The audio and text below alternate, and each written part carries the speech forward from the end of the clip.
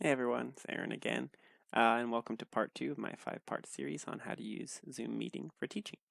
So in this one, I'm going to teach you how to share your screen, and a lot of you probably already know how to do this, so it's just this button right here, this green button called Share Screen. So if you click that, the default option that pops up, it just shares your whole screen. So like whatever you see on your screen is what your students will see. So, then you just click Share, and right now you see my desktop, right? So that's what your students would be seeing, would be your desktop. Then if you, for example, click on a Chrome window, now they would see what you see. So this is like the Justin-Siena homepage here, right? And if you click on, for example, I don't know, about, right? Learn some more about Justin-Siena. Well, everything you see on your screen, again, your students would see. So they'd learn some cool facts in this instance.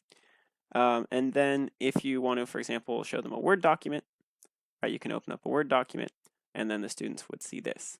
Right, so this is handy. The default option is handy if you want to show them a bunch of different things, a bunch of different apps. Now I'm going to click Stop Share. But what if you only want them to see one thing? Like, what if you just cared about them looking at the Word document? You didn't really want them to show them anything else. Well, when you do share a screen, you could just, for example, I could just pick the Word documents. That would be like this one right here, right? And so then if I click Share, this is what they'd see.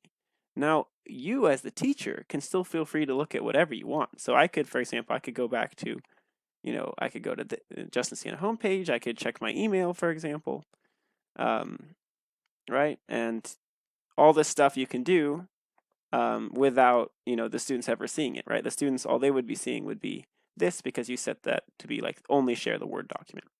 So that's a handy tip. And then, likewise, if you want to do the opposite, if you wanted to work in some Word document while they're looking at the website, you could totally do that, and that would work as well.